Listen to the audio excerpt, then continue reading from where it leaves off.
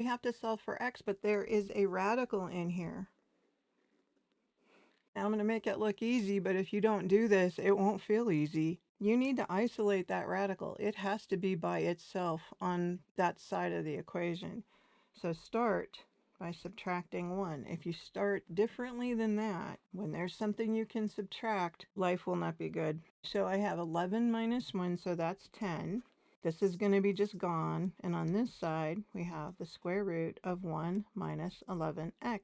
Now square both sides. I mean, I know squaring stuff is fun. That's why we try to do it first, because it's like eating dessert first, but it's not going to work here.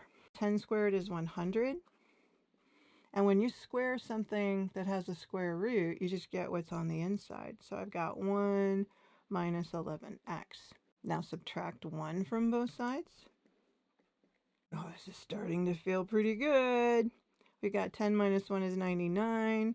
And on this side, that minus goes with the 11x. Don't drop it. That's a big mistake you could make. When I say big, I mean common. People make that mistake all the time. They drop signs. Now we're going to divide both sides by negative 11.